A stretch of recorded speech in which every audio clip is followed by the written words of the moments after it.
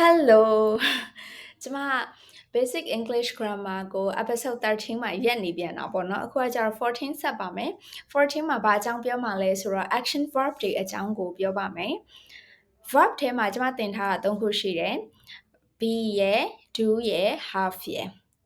be ရယ် do ရယ် have ရယ်အဲ့တော့ဒီနေရာမှာကျတော့ကျမ action verb လို့ပြောလိုက်တော့ be ရယ် do ရယ် have ရယ်နဲ့မတူဘူးလားဆိုပြီးတော့လေနည်းနည်းလေးထင်စရာအကြောင်းရှိတယ်သူကတူတာရှိသလိုမတူတာလည်းရှိပါတယ်အဲ့တော့ကျမကဘာလေးထပ်ဖြည့်ပြောချင်လဲဆိုတော့ main verb လို့ခေါ်နေကြတာလေးတွေကိုလည်းတချို့ကြားဖူးမှာပေါ့နော် action verb လို့လည်းခေါ်တယ် main verb လို့လည်းခေါ်တယ်အဲ့တော့ action verb နဲ့ main verb နဲ့တူလားဆိုရင်ဒီနေရာမှာတူတယ်လို့နဲ့မတူဘူးလို့ပဲပြောရမှာပေါ့နော်အဲ့တော့ကျမကဘာနဲ့ပြောချင်လဲဆိုတော့ဒါလေးကြည့်ရအောင် have နဲ့ do ရဲ့ example လေးပြောရအောင် I have a phone ငါမှာဖုန်းတစ်လုံးရှိတယ် I have a phone ဆိုရယ်ဖုန်းတစ်လုံးရှိတယ်ဆိုတော့စာတန်းမှာဆိုလို့ရှိရင်စာကြောင်းမှာဆိုရင် have ဆိုတာပိုင်ဆိုင်မှုကိုပြတယ် I have ငါမှာပါရှိတယ် I am a teacher ငါကဆရာမတစ်ယောက်ဖြစ်တယ်ဆိုတော့နေရာမှာပါတဲ့ have တို့ တို့ကကြတော့သူက action ကိုပြနေတာမဟုတ်ဘူးဒါပေမဲ့ဒီစာကြောင်းမှာသူက main ဖြစ်တယ်အဓိကကြတယ် do ကကြတော့ action ကိုစပြီးတော့မှပြပြီ I do exercises ငါလေ့ကျင့်ခန်းလုပ်တယ် do ဆိုတာက action ကိုလေ့ကျင့်ခန်းလုပ်ပါတယ်ဆိုတော့ action လုပ်နေတဲ့ဟာကိုပါပြတယ်နောက်တစ်ခုက main verb ဆိုရင်လည်းဟုတ်တယ်အဲ့ဒါကြောင့်မလို့ action verb တွေဒီ do နဲ့သဘောတရားတွေတော်တော်ကြီးကိုဆင်ပါတယ် do နေရာမှာအစားထိုးပြီးသုံးလို့ရတယ်လို့မျိုးပဲတချို့သော action verb တွေနေရာမှာတခြား action verb ကိုမသိလို့ do လေးထည့်သုံးရင်လည်းရတာမျိုးလည်းရှိပါတယ်ဟုတ်ပြီနော်အဲ့တော့ဒါကတော့ action verb နဲ့ main verb ကိုကျွန်မလမ်းကြုံလေးနည်းနည်းလေးဝေကွဲသွားအောင်လို့ရှင်းပြတာပါအဲ့တော့ action verb ကိုဆက်သွားရအောင် action verb ဆိုတာကတော့ subject ရဲ့လုပ်ဆောင်ချက်အမျိုးမျိုးကိုပြတာဖြစ်တယ်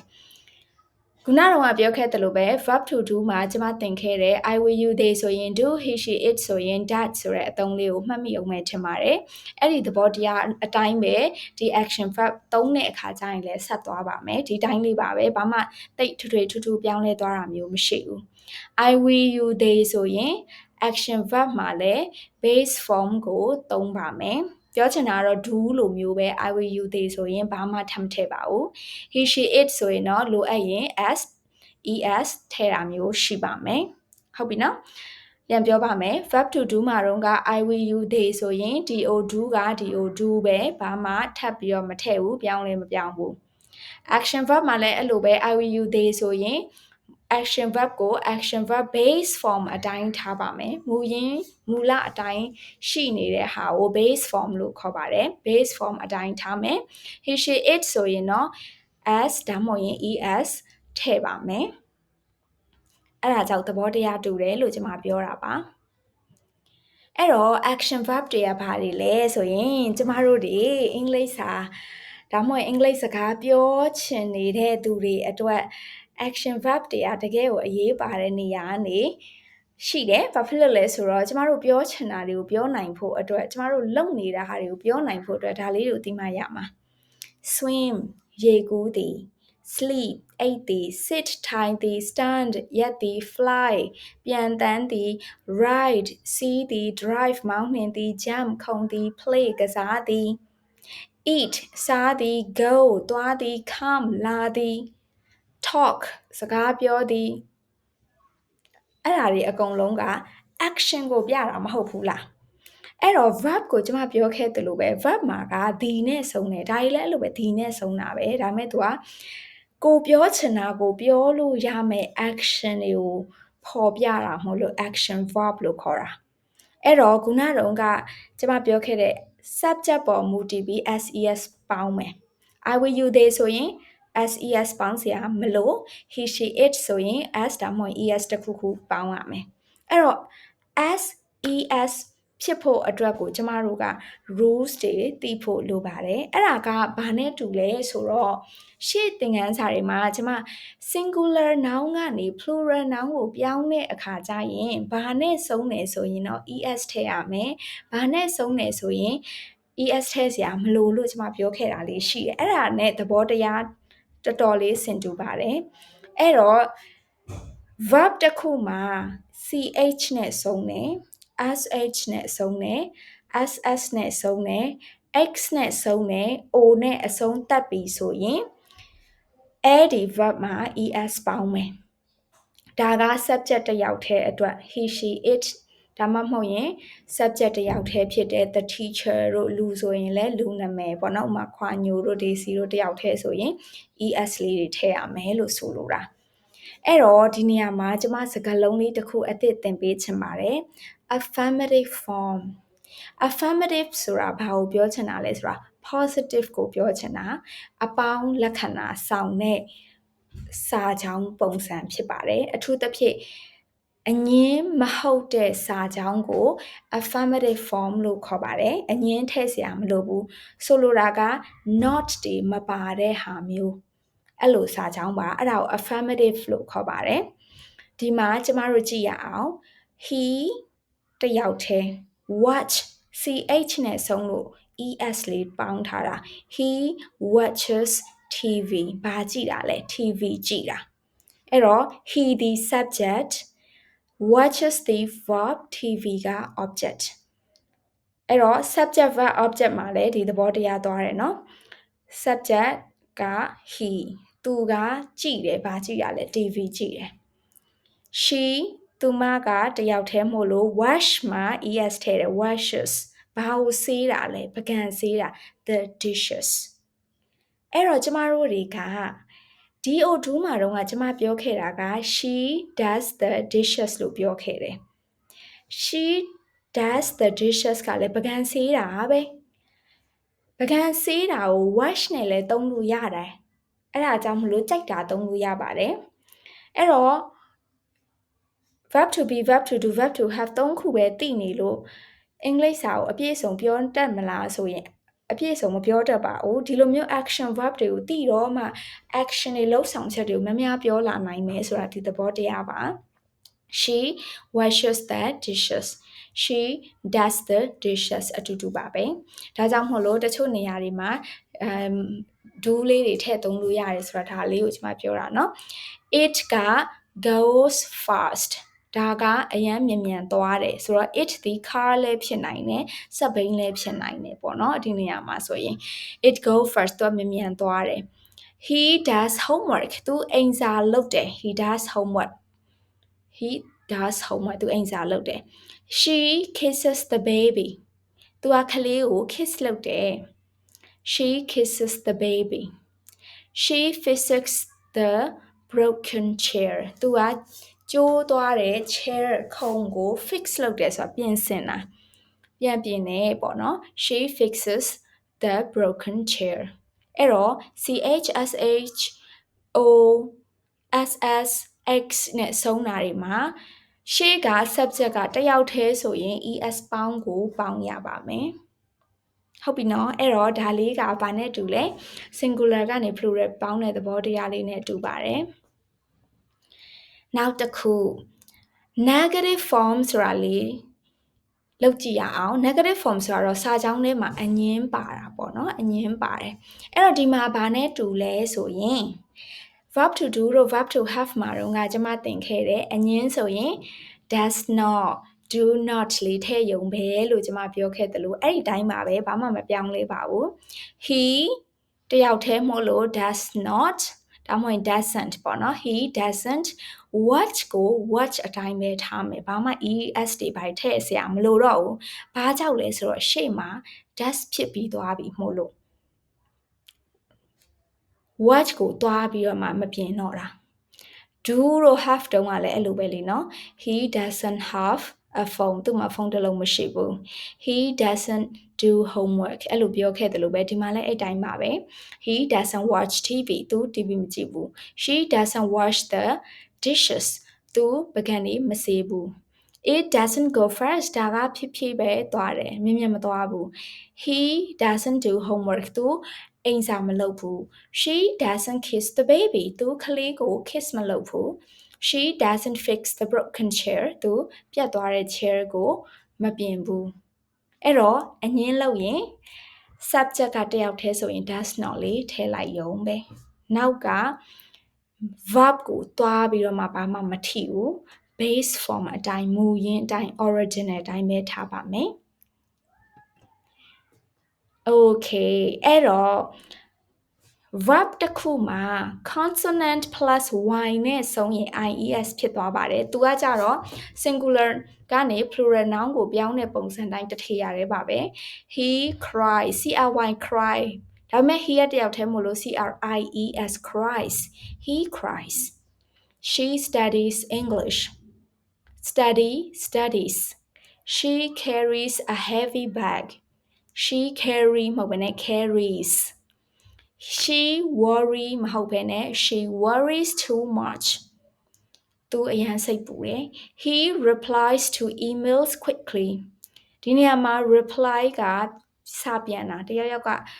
စာပို့လာတယ်ကိုကအကြောင်းပြန်တယ်ဆိုရင် reply လုပ်တယ် Facebook တို့ TikTok တို့မှာRP လောက်ပါလို့ပြောနေကြတယ် reply ဖြစ်ပါတယ် reply တို့ respond တို့ပေါ့နော်ဒီမှာ he replies မှာ to လေးထည့်ရပါတယ် email ကိုပြန်တာဖြစ်တဲ့အတွက် to ဆိုတဲ့ preposition လေးထည့်ပြရတယ် reply to he replies to emails quickly သူ email ကိုမြန်မြန်ဆန်ဆန်ပဲပြန်ပေးတယ်ဆိုတော့ဒါလေးက consonant plus y ဆိုရင် y ကို I ပြောင်း es ပေါင်းအဲ့ဒါကိုပဲ negative form လုပ်ရင်ခက်လားဘာမှမခက်တော့ဘူး does not ထည့်တာပဲလေနောက်က verb ကိုသူ့အတိုင်းထားမယ်မထီဘူး he doesn't cry she doesn't study English she doesn't worry too much he doesn't reply to emails quickly ဒါလေးပဲဟုတ်တယ်ဟုတ်ကဲအဲ့ဒီတော့မေးခွန်းလေးလုပ်ကြည့်ရအောင်ဒီနေရာမှာyes or no မေးခွန်းလေးကိုပဲပြန်သွားပါမယ် yes or no မေးခွန်းဖြစ်တဲ့အတွက် does နဲ့မေးမှာပေါ့ does နဲ့မေးမှာပေါ့ဘာမှမပြောင်းလဲဘူးလေ verb to have verb to do မှာသင်ခဲ့သလိုပဲ does နဲ့မေးမယ် he cries ဆိုတော့ he ကတယောက်တည်းမလို့ does နဲ့မေးမယ် does ပြီးရနဲ့ he လာမယ် cries ကို cry ပဲမူလတိုင်းထားမယ် does he cry သူငိုသလားအကယ်၍ငိုတယ်ဆိုရင် yes he does နဲ့မေးလို့ does နဲ့ဖြေတယ် no he doesn't she studies English does she study English yes she does no she doesn't she worries too much သူအရန်စိတ်ပူတယ်အဲ့တော့ she တယောက်တည်းမဟုတ်လို့ does ပြီးရနဲ့ she လာမယ် worries ကို worry အတိုင်းထားမယ် ies မထည့်တော့ဘူး too much does she worry too much yes she does no she doesn't လွယ်နေရပဲဟုတ်တယ်ဟုတ် okay do နဲ့မေးတာလေးကြည့်ရအောင်ရှေ့မှာကြတော့ subject တယောက်တည်းအတွက်ပြောခဲ့တာအဲ့တော့ subject ကတယောက်ထပ်ပို့တဲ့ဟာတွေကြည့်ရင် we you they ဒါမှမဟုတ်ရင် and နဲ့ဆက်ထားတဲ့ Eric and I Susan and John ဆိုတာမျိုးတွေပေါ့နော်ဒီမှာတော့ they cry သူတို့ငိုတယ်အဲ့တော့သူတို့ဆိုတော့ do နဲ့မေးမယ် do ပြီးရနဲ့ they လာမယ် cry က cry ပဲ do they cry yes they do no they don't we study English ငါတို့ English စာသင်ယူတယ် we ကအများမလို့ study မှာ ies ထည့်စရာမလိုတော့ဘူးเนาะဒီတိုင်းပဲเนาะ we study English အဲ့တော့ we ကအများမလို့ do နဲ့မေးမယ်ပြီးရနဲ့ကိုကသာ we လို့ပြောတယ်သူများကိုမေးမင်းတို့လို့ပြောတဲ့အတွက် you do you study English yes we do no we don't I worry too much ငါအရန်စိတ်ပူတယ်သူများကိုမေးတော့ you နဲ့မေးမှာပေါ့ do you worry too much နင်အရန်စိတ်ပူနေလား yes I do no I don't ဒါလေးပဲအဲ့တော့ဘာနဲ့သဘောတရားတူလဲ verb to do verb to have မှာသင်ခဲ့တဲ့သဘောတရားအတိုင်းပဲဖြစ်ပါတယ်ဒါကကျမက present tense ကိုပြောနေတာဖြစ်ပါတယ် past tense ကိုကျမမပြောထားပါဘူး present tense ကိုပြောနေတာပါလက်ရှိပစ္စုပန်အကြောင်းကိုပြောနေတာဖြစ်ပါတယ်ဒါကတော့ action verb တွေကိုဘယ်လိုမျိုးမေးခွန်းထုတ်ရမလဲဘယ်လိုအငင်းနဲ့ရေးမလဲဘယ်လိုမျိုးအငင်းမဟုတ်တဲ့စာကြောင်းတွေရေးမလဲ SES လေးတွေဘယ်လိုပေါင်းရမလဲဆိုတဲ့ pattern လေးတွေနဲ့ action verb အကြောင်းဖြစ်တယ်ဒီမှာကျမနောက်ဆုံးအနေနဲ့ဒီ action verb နဲ့ပတ်သက်ပြီးတော့မှပြောစရာလေးတစ်ခုရှိပါတယ်အဲ့ဒါဘာလဲဆိုတော့ verb လို့ပြောရင်ကျမတို့ကလှုပ်ဆောင်မှုကိုပြောတာလေဟုတ်တယ်ဟုတ်အဲ့တော့တချို့ verb တွေက object လိုတာရှိသလို တချို့ verb တွေက object မလိုဘဲနဲ့ပြီးပြည့်စုံတာမျိုးရှိပါတယ်ပြန်ပြောမယ်တချို့ verb တွေဒီ object မလိုပါဘူးတချို့ verb တွေဒီ object လိုပါတယ်အဲ့ဒီတော့စာကြောင်းတစ်ကြောင်းမှာ subject verb object ရှိရမယ်ဆိုပြီးတော့ကျွန်မပြောခဲ့တယ်တချို့ verb တွေဒီ subject verb နဲ့တင်လုံလောက်ပါတယ်တချို့ verb တွေကတော့ subject verb object အထိထည့်ပြောမှာပဲလုံလောက်ပါတယ်ဘာလုပ်ပါတယ်ပေါ့ခံရတဲ့သူကိုထည့်ပြောမှဖြစ်မဲ့ဟာမျိုးရှိတယ်လို့ခံရတဲ့သူမရှိလေအထိပ္ပယ်ပြီးပြည့်စုံတဲ့စာကြောင်းလည်းဖြစ်နိုင်ပါတယ်အဲ့တော့ကျွန်မ example လေးကျွန်မကြည့်ရအောင် SWIM swim ရေကူးသည်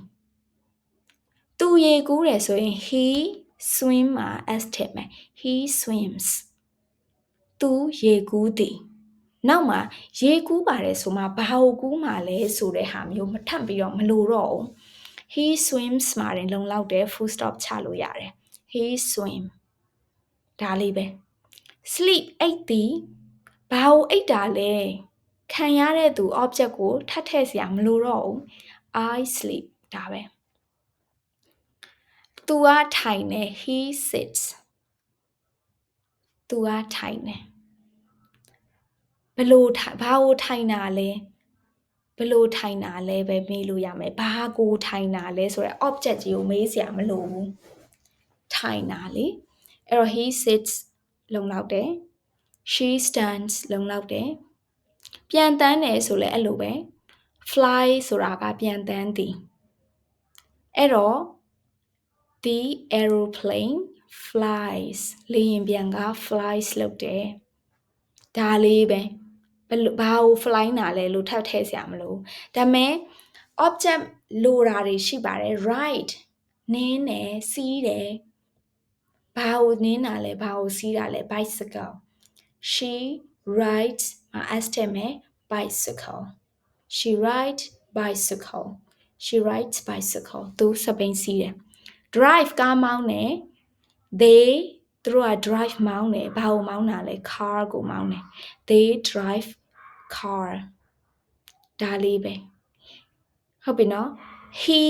သူတို့ sorry they ပေါ့ they နေရ they လေးနဲ့သုံးရအောင် they သူတို့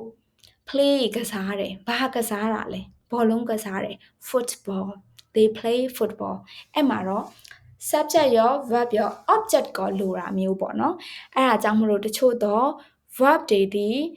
object မလိုဘဲနဲ့ပြီးပြည့်စုံသွားတာရှိသလိုတချို့သော verb တွေဒီနောက်က subject ထဲမှာစာကြောင်းပြီးပြည့်စုံတာမျိုးရှိတယ်လို့ကျွန်မဒီနေရာလေးမှာအပိုလေးထပ်ပြောပြခြင်းဖြစ်ပါတယ်ဟုတ်ပြီနော်အဲ့တော့ article lesson ကိုကျွန်မမသွားရသေးပါဘူး articles a and the တချို့တွေလည်း a and the there တွေကိုသိချင်ကြတဲ့သူတွေရှိပါလိမ့်မယ်ဒါပေမဲ့ကျွန်မ articles တွေအကြောင်းကိုမပြောရသေးတဲ့မသင်ရသေးတာဖြစ်တဲ့အတွက်ဒီမှာထည့်ပြီးတော့မှဖြည့်ရှင်းတာတွေရှင်းပြတာမျိုးတွေမလုပ်ထားဘူးဗီဒီယိုရှေ့မှာစိုးတာရဲ့နောက်တစ်ခုကခေါင်းစဉ်နဲ့ကွဲလွဲပြီးခေါင်းထဲမှာရှုပ်ထွေးသွားတာမျိုးမဖြစ်စေချင်လို့ပါဒါလေးပါပဲရှင်အဲ့တော့ thank you so much everyone အားလုံးကိုကျေးဇူးတင်ပါတယ်ဒီနေ့အထိepisode 14အထိ